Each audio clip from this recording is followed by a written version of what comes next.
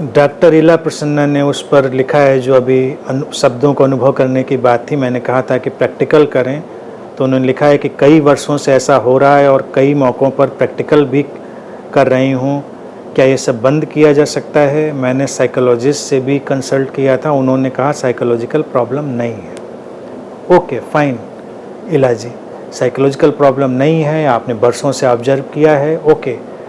तो अब इसको आप ऐसे देखें, इसको ऐसे देखें कि अगर इरिटेशन या झुंझलाहट जो किसी के शब्दों और भावों को ऑब्जर्व करके आपके भीतर घट रही है, उसमें फिर से उस अकर्ता की, नॉन डूअर की अंतर्दृष्टि को लाएं।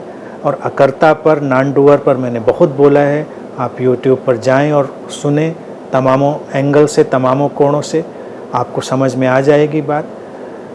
भाव घटा घटा, आपके भीतर भी घटा घटा, जाने दीजिए उसको, आप तटस्थ रहिए। किसी का टाइप ही ऐसा हो सकता है कि उसका शब्द कुछ और है, भाव कुछ और है, इंटेंशन कुछ और है।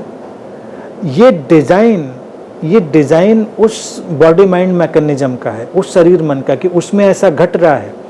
आपके बॉडी माइंड मैकेनिज्म का डिज़ाइन है कि उसमें उस समय इरिटेशन भी पैदा हो रहा है। इरिटेशन इसलिए पैदा हो रहा है क्योंकि अभी उसमें एक विचार भी शामिल है उस प्रोग्रामिंग के, कि उसको ऐसा नहीं करना चाहिए। और जिस क्षण ही आप ये स्वीकार कर लेंगे कि उसमें उसका भी कोई दोष नहीं, वो घट रहा है, तो आपके भीतर से वो एक जो कांटा है वो निकल जाएगा और वो इरिटेशन या जो भी झुंझलाहट है या कोई भी कुंठा है, व्यथा है, पीड़ा है, वो चली जाएगी। तो उसमें अड़चन नहीं है। तो उसमें आपको अकर्ता की अंतर्दृष्टि लगानी है। बस उसमें आपको शर्लॉक होम्स नहीं बनना है कि आपने पता लगा लिया कि उसके भावों के पीछे क्या था, शब्दों के पीछे क्या था।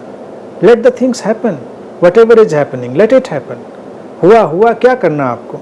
आपको कोई जाति तौर से नुकसान पहुंचता हो तो उस पर अमल करें, जाति तौर से नुकसान नहीं पहुंचता, आपको क्या फ़र्क पड़ता है?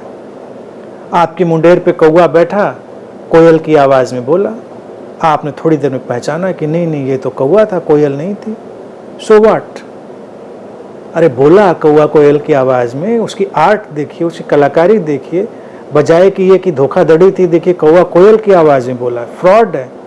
आप उसकी कलाकारी देखिए, आर्ट देखिए, खुश रहिए। इससे कोई आपकी जाति ज़िंदगी पे तो फ़र्क पड़ता नहीं। और फिर आवाज़ तो कोयल की ही आई ना, आवाज़ से तो आपको वही इंटरटेनमेंट हुआ, तो क्या फ़र्क पड़ता है? तो तमाम लोग इस तरह से तमाम तरह की चीज़ें करते हैं जिससे किसी के ऊपर कोई फ़र्क नहीं पड़ता।